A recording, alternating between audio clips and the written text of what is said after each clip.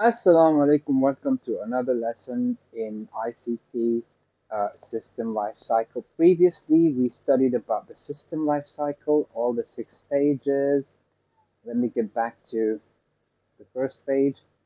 We studied about all the six stages of the system life cycle: analysis, design, development and testing, implementation, documentation, evaluation, and we went and in details with analysis, the analysis stage, and we reviewed like what is the stage analysis, what do we do from research to collecting data, from trying to find out the inputs, outputs, and processing of the old system, and identifying the problems with the old or the current system, and so on. And we went in depth with all the four tools or all the four methods that a system analyst uses to collect data about the current system and trying to find out how is it can improve and what is the problem with the current system.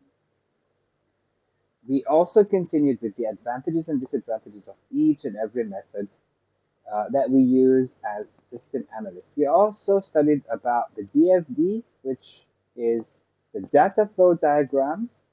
Uh, it's a way that a system analyst collects how the data flow happens, how the input and output requirements go, how the processing happens, and what kind of data storage needed in the current system. Now, we're going to move to the next stage of the system lifecycle, and it is design. Once the analysis has taken place and the system analyst has some idea of the scale of the problem and what needs to be done, the next stage is to design.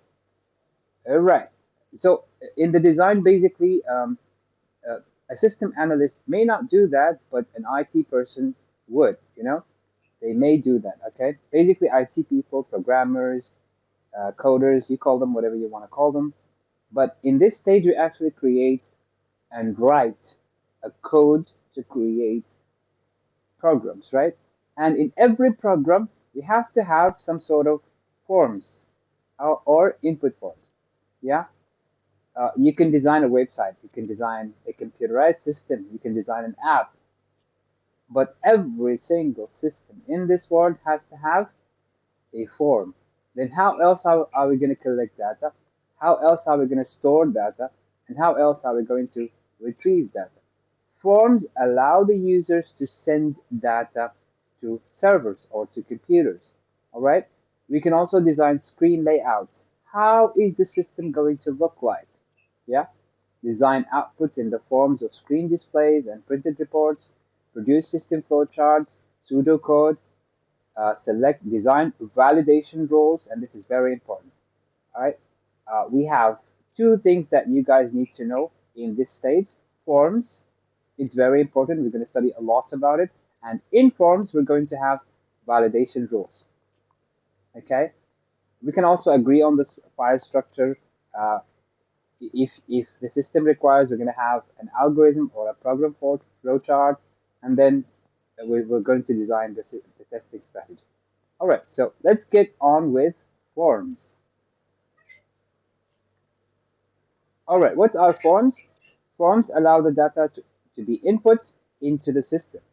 It allows the data to be input to the system. They will be either paper-based or computer-based, right? Or electronic-based. Call them however you want. All right, how would the form look like? What is the design of the form? It has to have a heading. It has to have a clear uh, to the person filling in. It has to have clear. It has to be clear where they must place their answers. Make use of text boxes. All right, give me a second, and I'm going to open a form on the screen. Okay, so this is an example of a form. It's a registration form. Now, first of all, the form has a heading. All right, so that I would know what kind of information should I give out and where is it going, to whom am I going to give it to, right? So this is a registration form. This is an example, and you can see that this field is the name field. This is details so and so. let's say that this is a phone number, so a telephone number or a cell phone number. Text would be written here. Over here, will provide the country code. Let's say +249, which is the Sudanese country code, and then 9123, so on. So this is the phone number over here, and then more details, and then over here, those are the control buttons. We call them the control buttons. You can have submit. A submit button usually sends all the information that you wrote on the form to a computer or a server somewhere on the internet, right?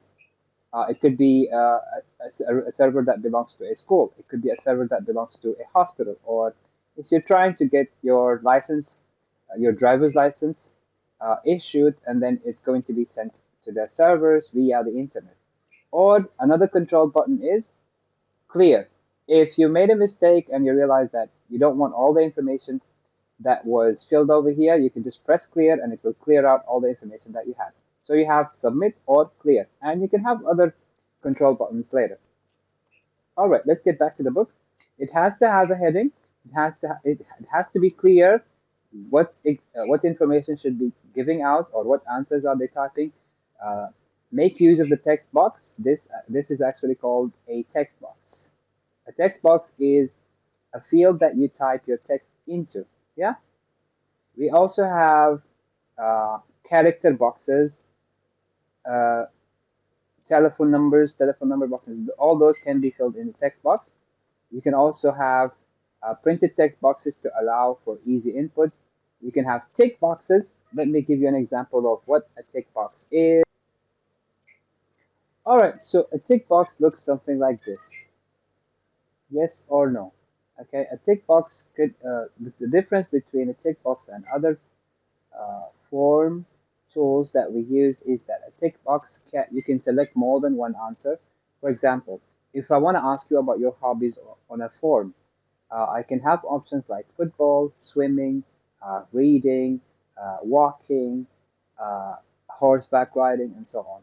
A person can have more than one tick box, more than one hobby, right? I can love football and swimming at the same time. So I can actually tick more than one answer while I'm filling the form. But we also have radio boxes or radio buttons. Radio buttons makes you choose only one option as shown here. It's either you choose one, two, or three. For example, you cannot be a student in year 8 and 9 at the same time. So the minute you press on 3, all the other options will be cleared out. So radio boxes or radio buttons, as shown over here, you're only entitled or allowed to choose one option in the form. So basically, when you're creating a form, you're trying to use text boxes, tick boxes, radio buttons, drop down menus. Let me show you an example of a drop down menu. All right, so this is basically a drop down menu. Once you click it, a menu shows up, and again, you only have to choose one option. All right, so we can also use this if you are a student and let's say you are an IT person and you want your students to select their year group or their grade, you can have that on an option using a drop down menu. Now, see, those are buttons, those could be radio buttons, those are text fields. This is called, because it's bigger than a text field, it's called a comment box. Yeah.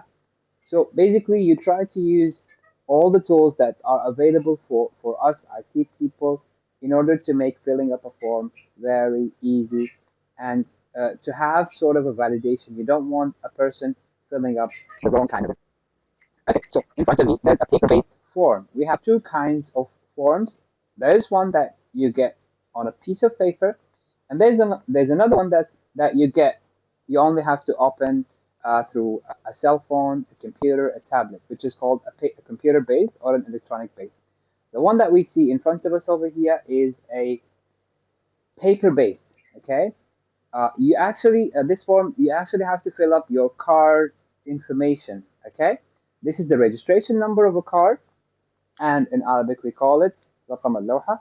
Yeah, this is every car in every country has a unique number that identifies that car. So we have a format for that. Yeah, we have two characters over here, and then space, and then 2 characters over here, and then space, and then we have 3 characters. In Sudan, we have 2 characters, space, and then 4 characters. So maybe this is like UK kind of a format. This is a different format from what we have here in Sudan. The next one is make of a car, and it's 1, 2, 3, 4, 5, 6, 7, 8, 9, 10. You have 10 characters to type make of a car. And make of a car, it could be Toyota, it could be Mercedes, it could be BMW, it could be Lamborghini. And then we have model of a car. Now, model of a car, it could be more than one word, so they have more spaces over here. Model of a car, how is it different from make of a car? Because make of a car could be Toyota, and then model of a car could be let's say Corolla, yeah, or Camry. So you have Toyota Camry, or maybe Toyota Land Cruiser, yeah. And then first, the date to which it was first registered, basically the date it was close to its manufacturer. When a car gets out uh, of the company Toyota, the minute it gets registered, which like not a long time ago, not a long time from the time that it was dispatched from the manufacturer. And then the price, you have the dollar sign here, and then you have a price. It could be 10,000, it could be 100,000. That's money format, yeah. Then here you have either you tick this or you leave it empty, yeah. So if it's brand new, you tick here. If it's not brand new, used, then you tick here. Now we have the tick box option over here. Yeah. Now let's go to computer-based uh, forms, which they are not very different from the paper-based, but we have the tools to make it even to make it more valid, to make it more easy, to make it like instead of writing, you type. Instead of writing everything, you can have a menu that shows you the options. Yeah. So we have text boxes, we have on-screen help. Uh, Sometimes while you're filling up a form, you have a question mark in front of the field. Once you click it, it will give you more information about what you should be doing. And then you have a drop down or a combo box. That's the drop down menu that I showed you earlier. And then you have radio buttons, the one that I showed you earlier, the one that only allows a user to choose one option. And then you have automatic validation. We will get in depth with validation later. But then validation, it's a way of the IT person preventing a user from entering the wrong information in the wrong field. And then we have control buttons, the one that I showed you earlier. You can have submit, you can have next form, you can have clear entry, you can have save. That save and submit, we use those buttons to send the information. It means we're done. We just want to send those information that we filled up, and then you press save or send or submit. Double entry boxes and so on. All right. Okay, now we're done with creating the forms. Not entirely, but right now, as an IT person, I'm done creating the forms. Now, what am I going to do with the information that I get from users filling up the forms? I'm going to create something that's called reports. Reports. Those reports can be printed, or if it's a computer-based system, it can be displayed on a screen, right? So let's get into what reports are, okay?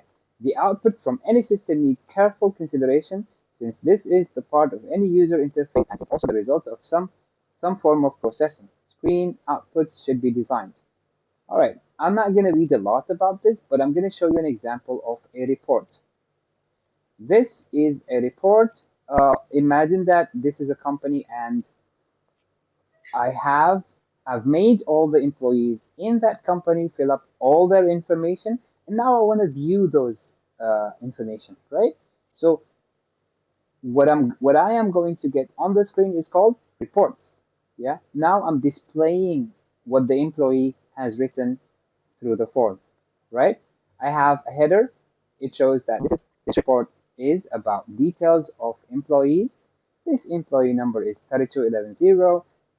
His first name is Michael, last name is Pitt, sex male, date of birth 16/10/1974, The department is sales, so I know that this employee, he also submitted a picture, so I know that this employee, his name is Michael, and he works in the sales department. And then I can have additional notes. They can write whatever they want about themselves. This guy is so proud of himself. He wrote that he has the highest sales success of 2015 and should be considered to join the training department. Now, as a manager, I can show all the reports about all the employees that I have in my company, and I can print them on a piece of paper, or I can move to the next employee, right? So we call that reports.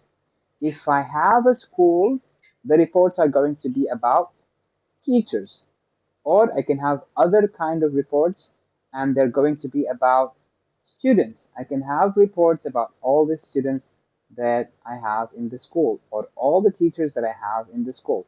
Now, this is one type of reports, and this is another type of reports. They are both reports, but this is different.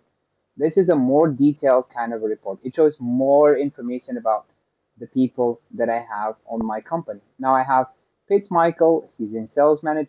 He's a sales manager, and this is his phone number, and this is his address. Now I have Hawking. His first name is Jason. He works again also in the sales manage. He's a sales manager, and this is his phone number, and this is his address. Now, now I'm using all the information that I made my employees fill up.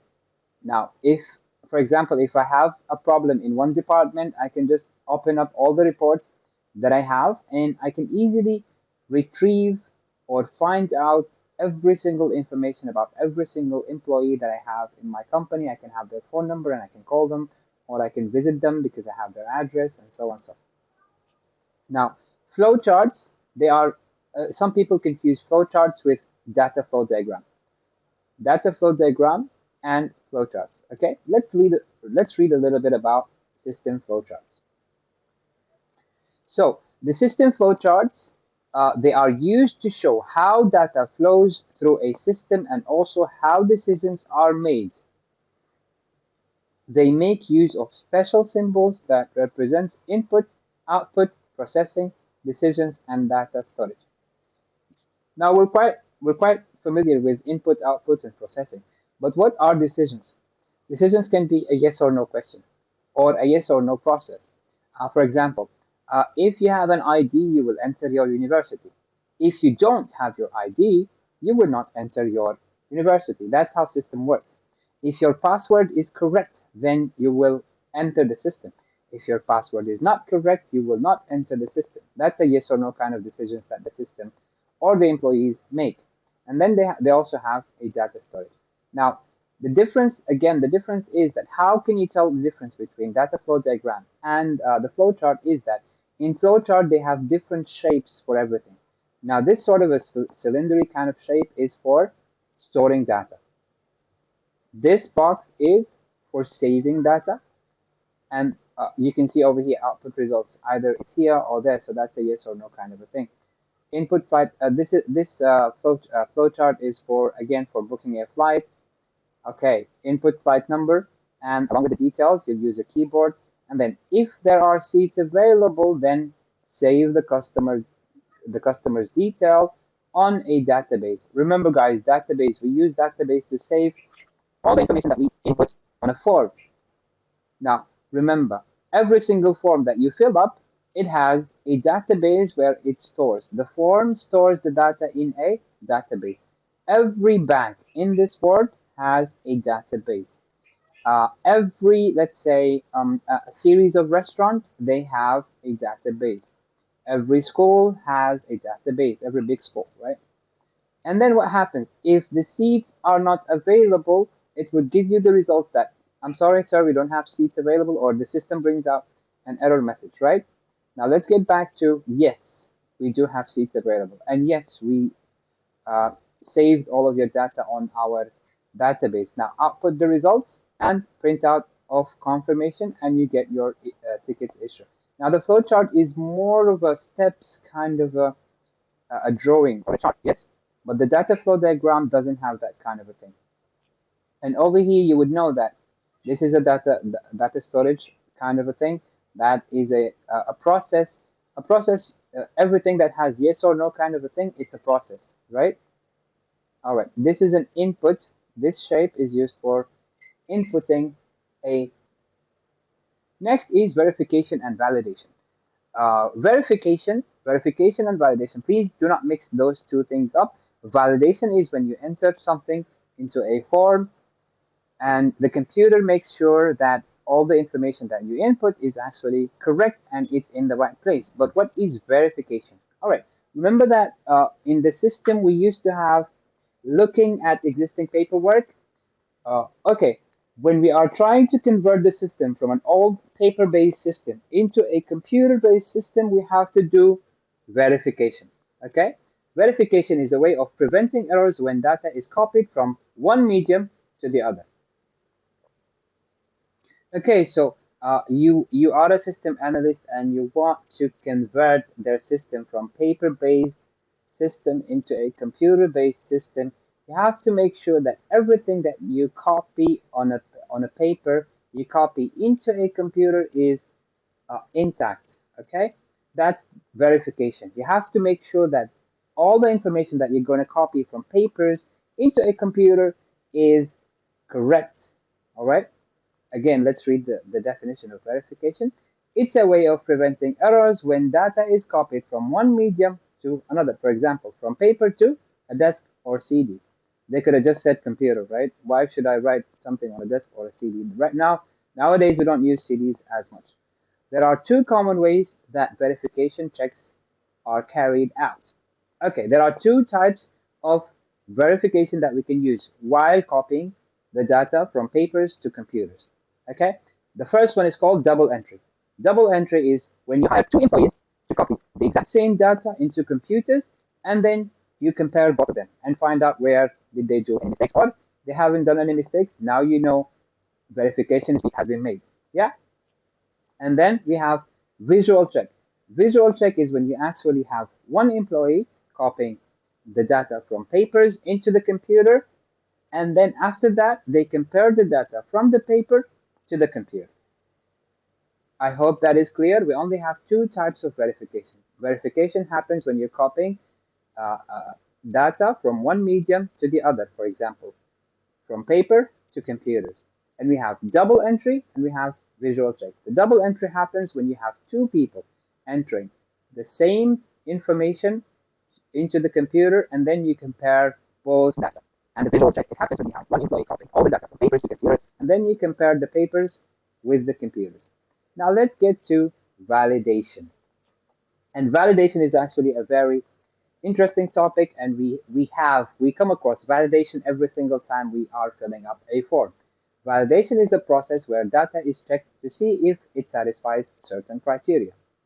Okay, have you ever like entered a phone number in a place where you're supposed to write your username? Now a phone number contains numbers or digits and a username is supposed to contain alphabet and maybe digits, right? You can have a username that's like, for example, Mudathir123. But the phone number cannot contain characters. It only has to be digits, right? That is what we call validation. Okay, now the first type of validation is range check. Range check. Now range check checks whether data is within given acceptable rules or values. Okay, it could be you can have a rule in one field that the information or the numbers that are entered starts from 0 to 100. That means greater than 0 and less than 100. This happens if you are creating a form on any social media, Facebook, Instagram, Twitter, TikTok. Now, the minimum age of registering on those social networks is 13. So if you entered 12, you're going to get an error message letting you know that you have to be 13, minimum of 13 of age, or at least 13 of age, in order to get a profile on that social network. And you can also, you can't be, your age cannot be more than 150, right? I don't think we have a single human being on the planet that his age is or her age is 150, right? We call this kind of validation range check. Now the next one is look up check. Okay, it checks whether the data entered exists and is stored in a table of data. Now, as an IT person, you're going to create a table of data. For example, if I'm creating a database or a form for a school. Now, the school has students, teachers, admins, janitors, what else? And maybe a principal, right? So, in the place of occupation, it can be only teachers, admins, janitors, students, and principals. Now, once you enter anything else, it's going to go and check that on the table, and it's going to find out that, for example, you entered a doctor, and the IT guy didn't include the doctor on that table, so it's going to bring you an error message letting you know that your information that you entered is actually incorrect. Please try again. And it says it checks is senior manager exists on an option in the query such as please enter your job title or occupation, right? The next one is length check. Length check. Length check checks if the input data contains the required number of characters. Now, please don't mix length check with range check. Range check is from 0 to 150, for example, and length check checks the number of characters entered. For example, if a field needs 6 digits, then inputting a 5-digit or 7 digits number, for example, should cause an error message. For example, on I think on all the social medias, the maximum number of characters to be input on a username is 8 characters. You cannot enter more than 8 characters. You can enter less than 8 characters, but you cannot enter more than 8 characters. Now, the fourth type is character or type check. This one checks that the input data doesn't contain invalid characters. For example, a person's name should not contain any numbers. And for example, a person's phone number should not contain any letters, right? But a person's height should only contain digits. Yeah, and we call that character or type check.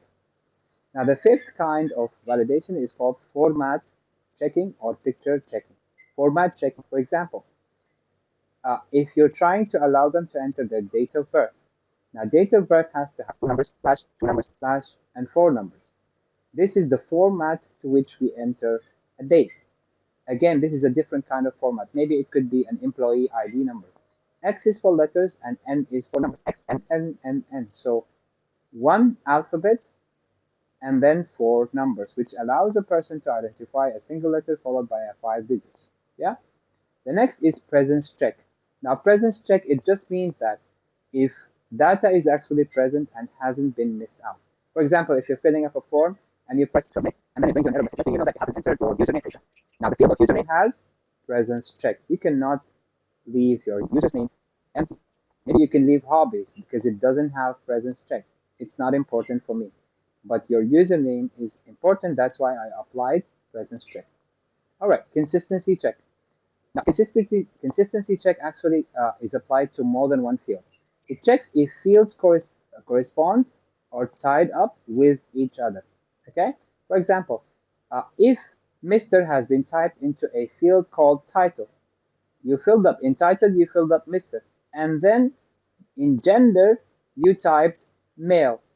It's going to bring you an error message letting you know that no, if you typed male, you have to type, if you type Mr., you have to type male. But if you type Miss, you cannot select male. It'll bring you an error message.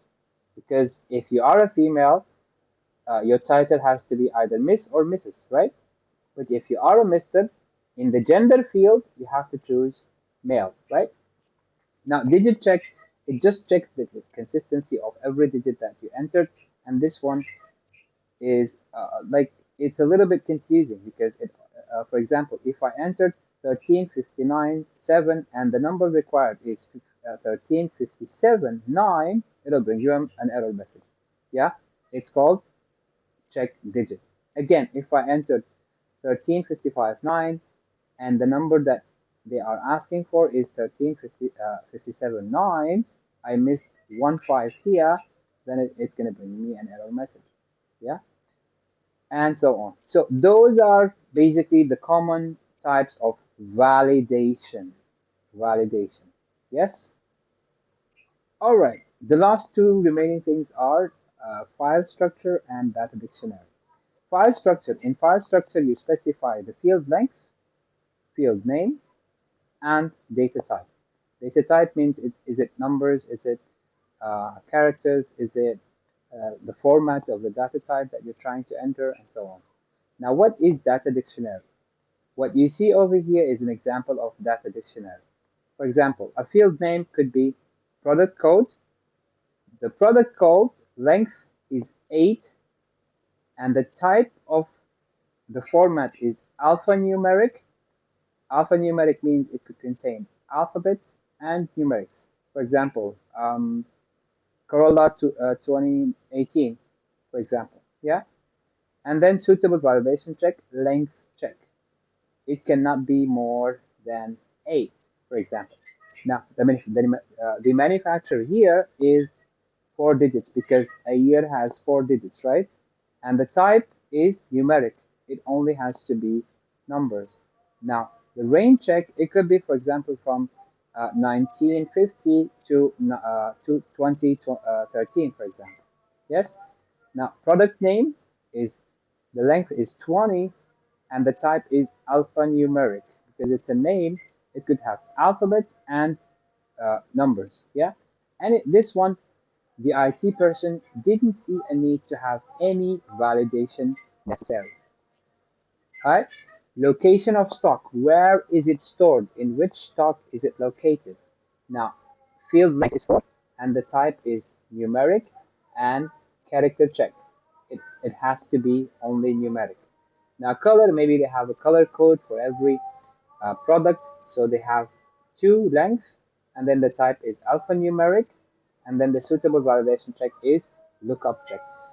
This kind of data dictionary specifies every single validation that you have on your form, also the name of the product, the length, the type, and as I mentioned earlier, validation.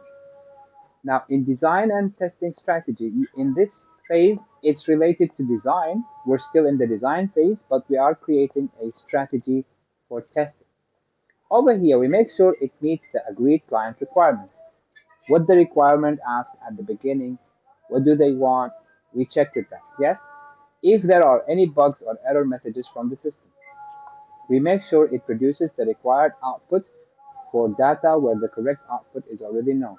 This is the system, and at the end, you're going to get the result or the output, the same output that you have. Yes, and then check that the software doesn't crash under certain conditions. This is the strategy that you're going to do during the design. With this, we have finished the design stage, which is the longest of stages in the system lifecycle. In the next video, we're going to go on with the remaining 4 stages of the system lifecycle. Thank you very much.